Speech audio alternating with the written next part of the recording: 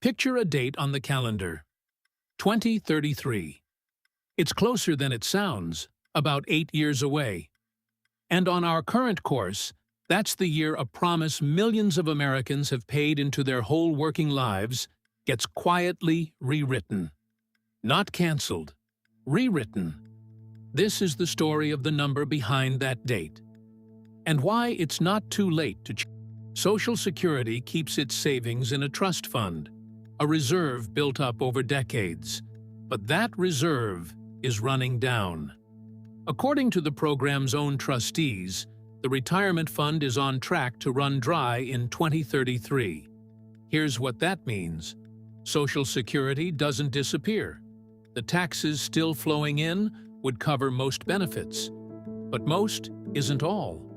On that day, checks would automatically be cut to about 77 cents on the dollar, a roughly 23% reduction across the board.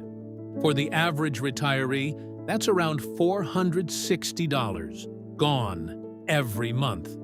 For a typical couple retiring that year, the Congressional Budget Office puts it near $16,500 a year. This is the cliff. To understand why, you have to see how the machine works. Social Security isn't a personal savings account, it's a pipeline. Today's workers pay a tax, 12.4% of wages, split between you and your employer. And that money flows almost immediately to today's retirees. When more comes in than goes out, the extra fills the trust fund. When more goes out than comes in, the fund drains to cover the gap. One detail matters enormously. Only wages up to a cap are taxed. $184,000 in 2026. Earn a dollar more, and that dollar pays nothing in.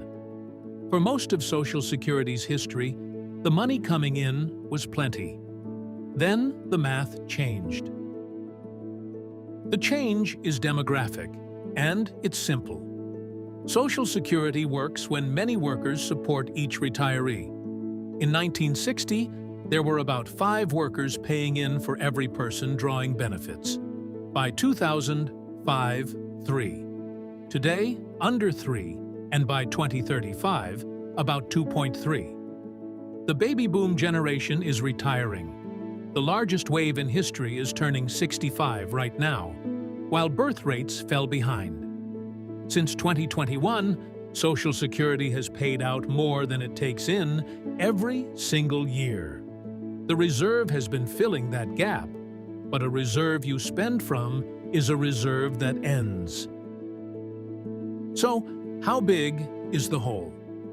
Over the next 75 years, Social Security is short by 3.82% of all the wages it could tax. That sounds abstract. In today's dollars, it's about $26 trillion. It is the largest shortfall the program has faced in nearly 50 years.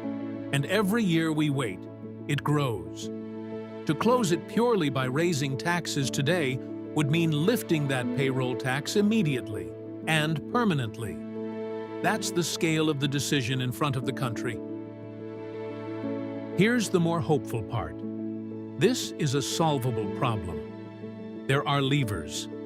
Lift the cap so higher, earners pay on more of their income. Cover 86% of wages, and you close about 1/5 of the gap. Scrap the cap entirely, and you close closer to 2/3. Raise the tax rate itself by a single point over a decade, and you close about 1/4. Slow the annual cost of living raise, and you save more, though that trims benefits over time. Notice the pattern. No single lever fixes everything. The real solution is a combination. Some more revenue, some restraint. The tools exist. What's missing is the decision. So, what does this mean for you? If you're already retired or close, know this. Every time Social Security has neared a deadline like this, Congress has acted.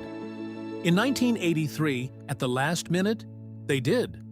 The most likely outcome isn't 0, but most likely isn't guaranteed. And the smart move, at any age, is to plan as if a haircut is possible. Save a little more where you can. Think carefully about when you claim. And don't build your whole retirement on the assumption that nothing changes. Which brings us back to that date, 2033. The math is fixed. The clock is real. But the outcome isn't written yet. It's a choice. And there's still time to make it.